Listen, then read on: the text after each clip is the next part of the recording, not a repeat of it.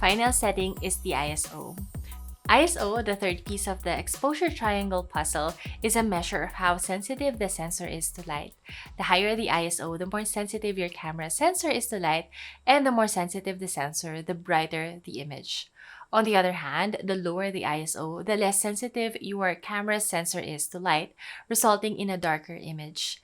It sounds straightforward, and you might think of bumping your ISO to the highest, but a high ISO comes with a side effect.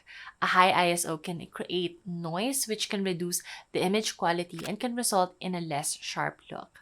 When taking product photos, you generally want a crisp, sharp image. So you have to pay attention when setting up your ISO. For example, these photos look the same at first glance, but when you zoom in a little, you'll notice that the one captured with a higher ISO looks grainy. From afar, the one with a low ISO looks sharp and a bit three-dimensional, while the one with a high ISO looks a bit flat. Just a note that I am showing these examples to educate. I don't want you to ever feel anxious when there is a need to bump the ISO higher. If you ever find yourself in a situation when you need to take photos in a dark location or low light condition and you don't have a tripod to compensate with shutter speed, bumping the ISO might be your only solution. The good news is technology on cameras and even smartphones continue to advance, so your camera might be able to capture minimal noise even with a higher ISO setting. My tip is to get to know your camera's ISO limits and experiment with higher settings and see the effect on your image. For example, in my setup here, I wanted to create a dark and moody look, so I decided to use just a strip of light to give me that effect. This is a very low light situation, so bumping the ISO can be a lifesaver. And here's the result and final photos. I know you still have lots of buttons on your camera that need demystifying, so I created a whole class especially for that.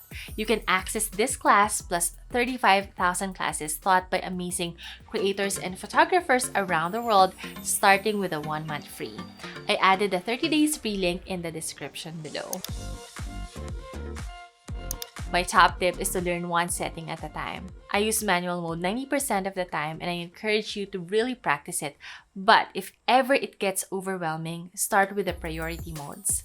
Decide what your creative priority for the photograph is. Is it the magical blur or the freezing of time? From there, you can choose which priority mode to shoot on. Observe the settings that your camera chooses to match your setting to familiarize yourself. From here, you can slowly but surely ease into manual mode, where you set the aperture, shutter speed, and ISO yourself.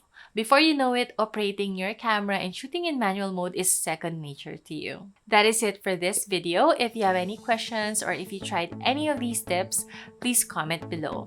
If you want to request a video or any photography related tutorial, just let me know through the comment section too. That's the thing, my channel is very small, so let's take advantage of our intimate community.